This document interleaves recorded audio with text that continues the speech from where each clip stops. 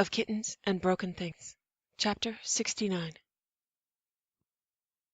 Garrus watched as the blue wave faded, as seismic shifts finished as abruptly as they had begun. Kara was limp in his arms, and the only thing he had to say was a panicked, "What the hell just happened?" No idea. That was... control? Toulon's in control of what? Reapers? Oh. How? Fuck if I know. Garrus looked around. The bay's all gone completely dark. Whatever it was that had spoken to her was gone. Her parents? Her? He didn't ask. Too many questions. Too exposed here. Too exposed to everything until his hide felt raw, as though he were being watched from all directions, and each direction held menace. I want to get her out of here. You're not gonna punch me for insubordination, Counselor? Yeah, that. Kill Sonar for touching her. Kill Russ for restraining him. Do what? About her kissing Sonar? Fall apart? Can't. He said, hands are busy. Right. So, later. Garrus said gruffly, unwilling to create or accept any further conflict or blame, counting assets and not liabilities for the present entirely overloaded moment. I'm alive. She's alive. You're alive. Kara closed her eyes tighter in response to that statement, and a shudder went through her body, marking the beginning of uncontrolled shivers from her. Shock. He said, "We can debate it later. Now we get out of here." If anything's still working. Russ headed toward the lift platform, Garrus following. The controls worked. Garrus thought about where to go from here. Psychologically, the answer was a blank. Physically? Not the apartment Sonar got for her. Never take her back there. Never. We're gonna get somewhere safe, Shepard. It looks like things are still running. We'll figure it out. Kara's lips were turning a pale-rimmed blue as she said, Don't call me that. What's she saying? Don't call me that. My name's Kara Fanning. Garrus couldn't possibly hold her closer. He met Russ's eyes and said, "That's her real name, Kara Fanning." Russ looked at Garrus as though he were asking if she were broken. Garrus beseeched Russ's forbearance with his eyes, gave no answer because he didn't know himself. If she was broken, he would fix her. He held her, pressed his crest to her forehead, and began to hum. He had no words. He hadn't heard what Sonar had said to her, wouldn't ask her, couldn't process what he had seen. And if we run into Geth? We'll figure it out. Guns still work. You still glow blue, right? Russ tested his weapons and flared biotics. Then he looked Garrus and Kara up and down once, as though to indicate Garrus could not hold a gun and her. Sonar Toulon was gone, and in control of Reapers? What did that mean? They just needed to find a place to recover, to think, any place. Garrus hailed the Normandy. "What's going on out there?" Joker answered. He sounded as confused as Garrus felt. Good to hear from you, Garrus. Bright blue light, then nothing. I mean, nothing. Geth ships drifting. Nobody firing. We just need to avoid collisions. Garrus thought about getting her to the Normandy, but he believed she meant it when she said not to call her Shepard. That wasn't just shock. That was a vow she'd made to him, that she would only be Kara when her job was done, and it was done. He wasn't going to try to make her explain anything to anybody. Garrus said, "Okay, Spectre Sonar Toulon is... he's dead. Orbistan and I are evacuating the crucible with the commander. No injuries." He did not say Shepard. "Is the Citadel still functioning?" Yes, Counselor. The Citadel is functioning. There are Geth, but they are inactive. No continued hostilities. Thanks, Edie. Closest living space to where we are? Direct us away from Geth if possible. Take us to somewhere close, somewhere we can set up a command center. A command center with access to Dextro and Levo, a kitchen, a bed, and a shower, okay? Affirmative. Route plotted and sent to your Omni tool. No hostile activity detected. Thanks, Edie. They proceeded in a tense and silent blur of stop and start movement. He had growing confidence in the fact that Geth were truly inactive, though his hide burned every time they passed one and he waited to be shot in the back. That shot never came. If it had come, they would have hit Russ, who ranged himself as much as he could to protect Garrus from being shot in the back as he managed to cover threat that might be in front of them with his extra height and reach. They cautiously maneuvered around an eerily poised Geth with weapon drawn and weapon active, the last one before their goal of living quarters. Edie opening the door, Russ picked up the Geth, made a sound of disgust, and moved the Geth away from his position, pointed it away from the entrance. When they were all inside and Edie at the door locked, the enclosed space helped keep Garrus's hide from crawling from all the cumulative threat. You think does that mean that since they got Reaper code? What does that mean? I have no idea what it means, but if it does mean that and he stopped them, or that Blue stopped them, I'm just glad they're not shooting. If there's really no hostility, find out, okay? Spirits, I need to take care of her. She's in shock. I don't want to take her to the Normandy. Your answers, your observations are as good as mine. Get in touch with the Normandy, get in touch with the Council Command. Make some sort of statement. Statement about what? Russ, I don't know. And when they think I'm crazy? Then let them try to explain it. Tualan is gone. Fuck. Would you please notify you said? Please, Russ. She can't do it. I can't ask her to. He needs to know. You saw what we saw. I can't give you any more information. Right now, I have to take care of her. Yeah, okay. I'm on it. Thank you. Don't tell anyone that she's going to be there or she's going to give a statement. Take charge. It's your show. If I'm right, she's done with command. But I'll break that news later once I'm sure. Preserve options for now. Feel free to be authoritatively vague as hell. She's done unless she says she isn't, but I won't make her answer to Shepard anymore. Take that as an order from my Alva. Are you done with being a counselor? If she's done, I'm done. We had a job, we did it. Now we stop paying for it. Stop being torn in too many directions to endure. We heal. Garrus was truly hoping that could happen. He was starting to shake from delayed shock himself. Russ studied him with a hand on his upper arm. Russ smiled and Garrus's heart slammed. Whatever you need, Garrus Fanning. Garrus said, "Thank you," and tried not to stumble as numbness seemed to leak from cracks in his bones, cold in his muscles. It was only a short way to a bed to put her down on it. She was shivering, withdrawn, and she had not responded to anything they'd said beyond asking Russ not to call her Shepard. She cooperated, slack-faced and drooping, as he undressed her like a sleepy child, limp but sitting up obediently until he shifted her back. She lay there stiff and staring. He swallowed hard, took off his own armor quickly and lifted her bodily, settled her against his chest with her cradled. He would be her warmth and stability. He would be her plate. When they'd gone still and quiet, no movement except labored breath and slamming hearts, she said, I'm sorry. The words tore his heart out and offered it up to the raw, unforgiving new reality that he did not understand, to the lost old reality that he had never understood either, only thought he had. He couldn't ask her what she was sorry about. Anything, everything. I know, Kara. He did not tell her it was going to be okay, could not comfort her about that. She'd wanted to go herself. He'd thought they were both going to. She'd be gone. It could have happened. He could have killed Sonar himself for touching her. If Russ hadn't held him back, if Sonar hadn't held her back. Garrus swallowed, wanted to say something more, wanted to whisper that he wasn't sorry, but he was. He was sorry Sonar was gone, and he'd mourn the man. But Kara was experiencing the death of her command, the death of her mission, the death of one of herselves, and the death of a man she loved. He felt shock and anger at the fact that she would have gone herself, disappeared in a bloom of blue. Or for her it would have been green? She would have chosen synthesis?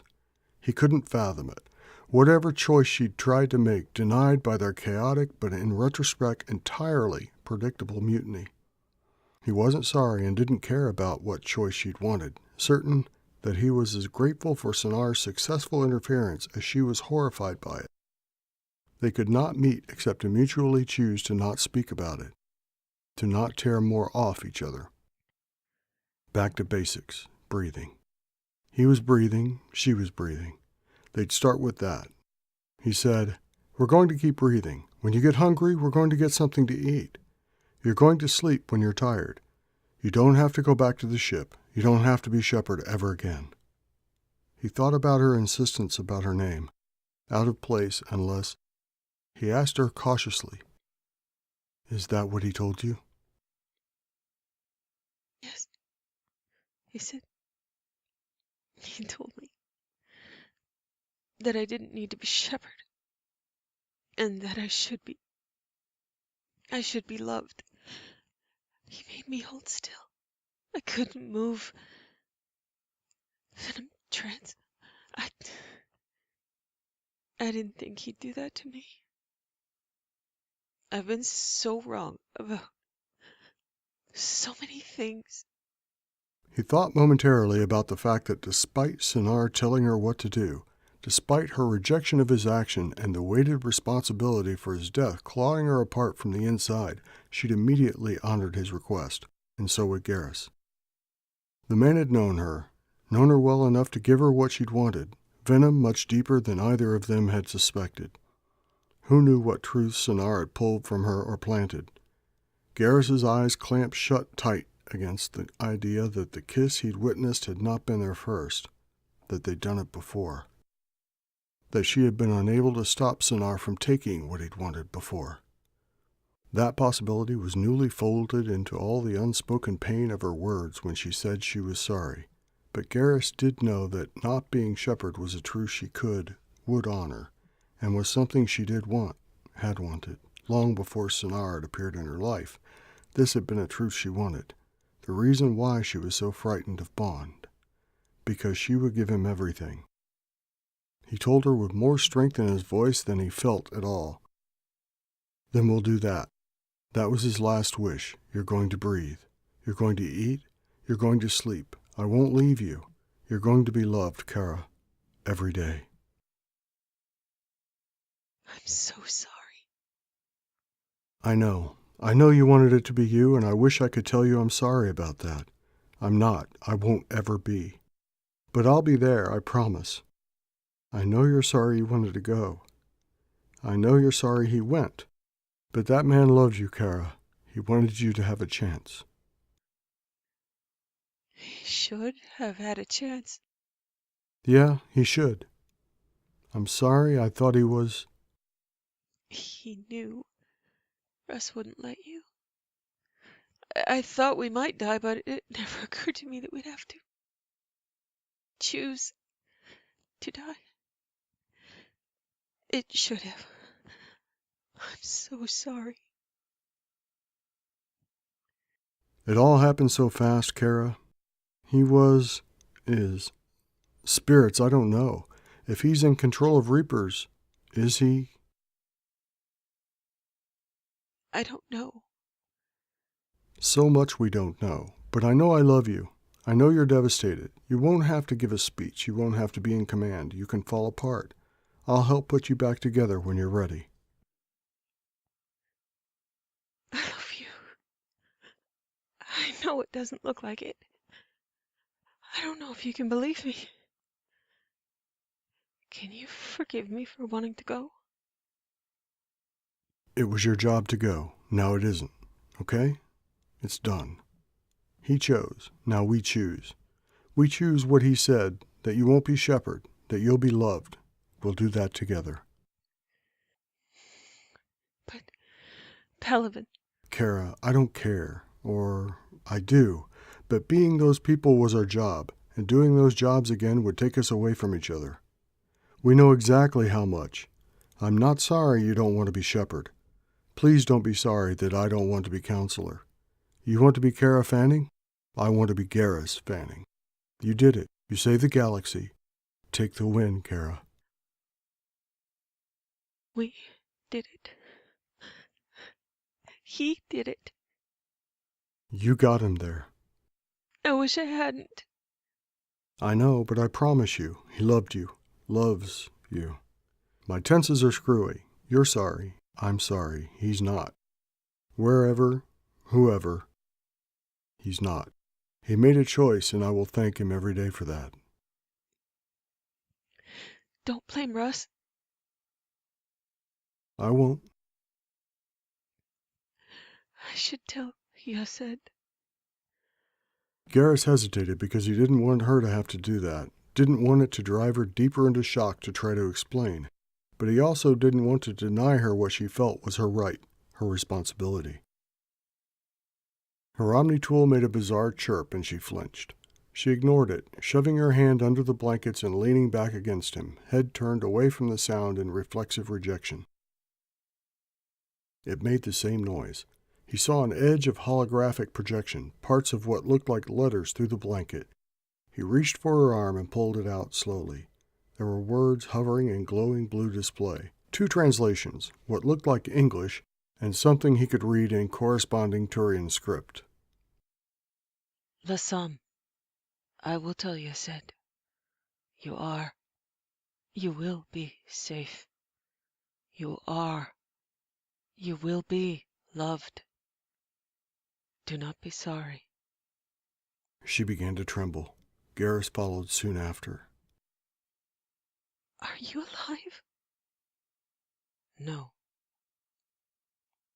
Are you in pain? No. Where are you? Unknown. I must orient. I must learn. I am aware of your location. Geth will guard you. You will be safe. The Geth are yours? All Reaper platforms and systems belong to me. Nice trick.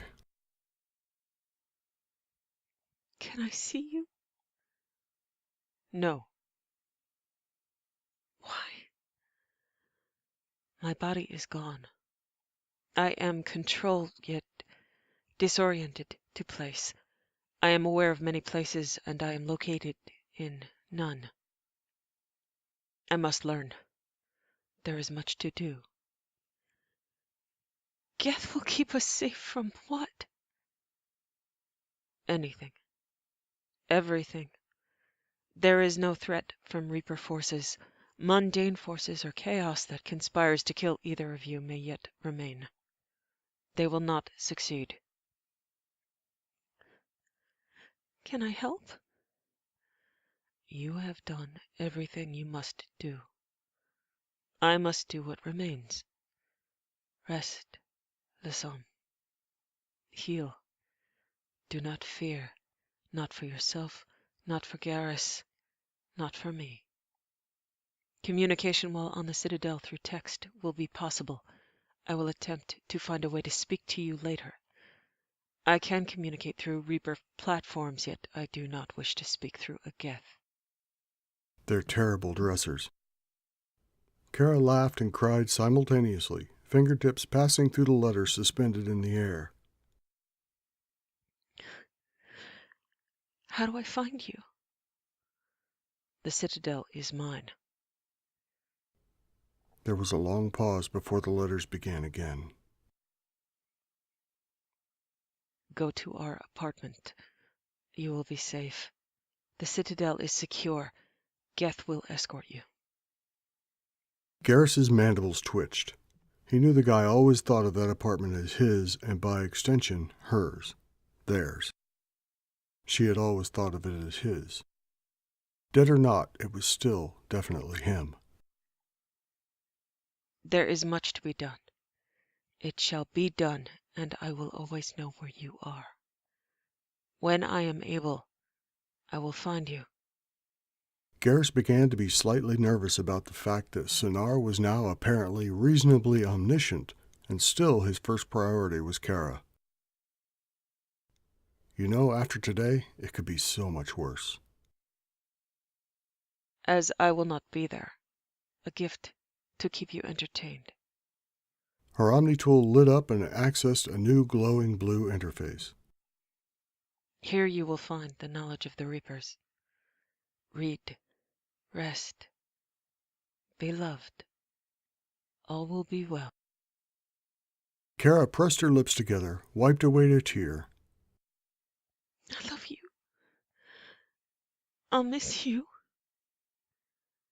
Those things will never be in doubt. Go to our home. Learn of prior worlds. Watch the worlds change. Above all, take a nap. You are tired. Above all, me taking a nap is your priority? As it has been in the past. Some things will not change. I will be here if you need me. I need you. I need you as well, Lassam. Food will be delivered, and clothing. May I go save the galaxy? Yes. Tell me all about it later.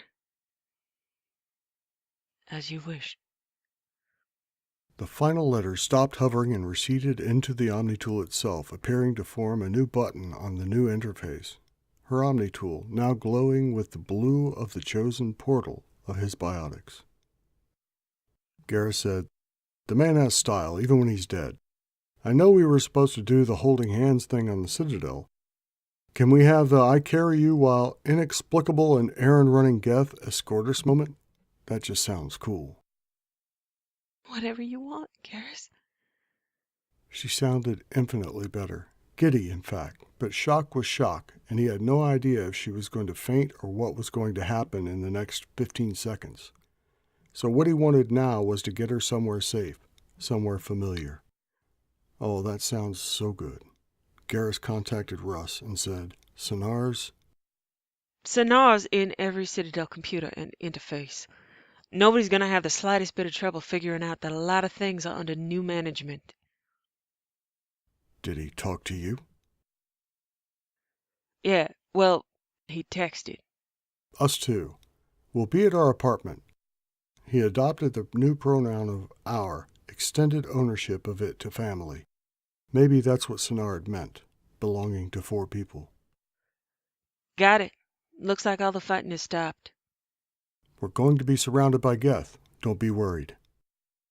They're shut down everywhere. A few are starting to clean up and aid the wounded, so... So we're good. Yeah, I think we are. People are hurt, and there's a mess, but no more fighting. Edie told me the comm is out to anything but this system.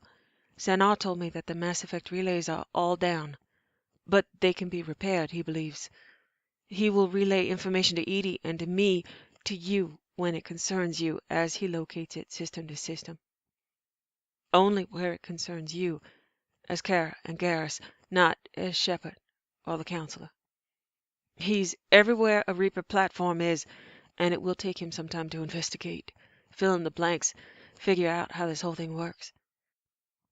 He's going to be busy for a while finding everyone he needs to find and getting aid to them. We wouldn't have been able to tell Yasset ourselves.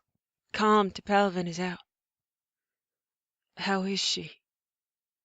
Feeling better. Under orders to relocate and take a nap. Good time for it. Meet us later. You and the Reaper God can take over. My time to shine without you guys hogging all the mortal glory. Might be hard to compete with a god, but at least he likes me. And when you're done and you need a nap too, we've got extra bedrooms. I'll be there. Just occurred to me that the Reaper god was the one who asked me to hold you still, so I've got backup for that debate. You're an asshole, Vicarian. Garrus did feel the pull of feeling he should say something, make an announcement. He was a responsible counselor. And then he had a case of severe fuck it, because really, he was exhausted. He had just helped save the galaxy by being forced to do nothing, which he was not going to admit. He did not think the Council had any relevance anymore. The Citadel had never belonged to them, and now it belonged to Sonar. He really had no answers that would make any sense to anyone. Russ would handle it. Sonar would handle it. Now he was going to consciously do nothing except take care of her. Nap. He put on his armor, checking second to second to ensure that she was not going to fall over. She was staring at her Omni-tool with a heart-torn smile that gave him hope she could heal. She was tough. After what they'd been through, the rest would fall into place. He wrapped her in a blanket. She wrapped her arms around him as far as she could reach, her head against his chest, and her smile directed only at him now, the promise of Kara. He lifted her and headed off to their apartment. They were escorted by a moving fence of Geth. He'd be prone to complaining that it was unnecessary, but in this case he trusted to Sonar knowing what was required, and if she had an ostentatious Geth escort when nothing otherwise was happening, he should count certain blessings. Halfway there, she was asleep. They were both breathing.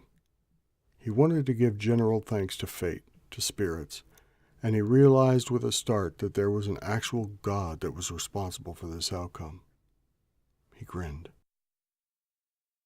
I am not thanking you. Okay, I'm thanking you, but I'm hoping you can't hear me because that's creepy. Not that creepy doesn't suit you. This is really fucking weird.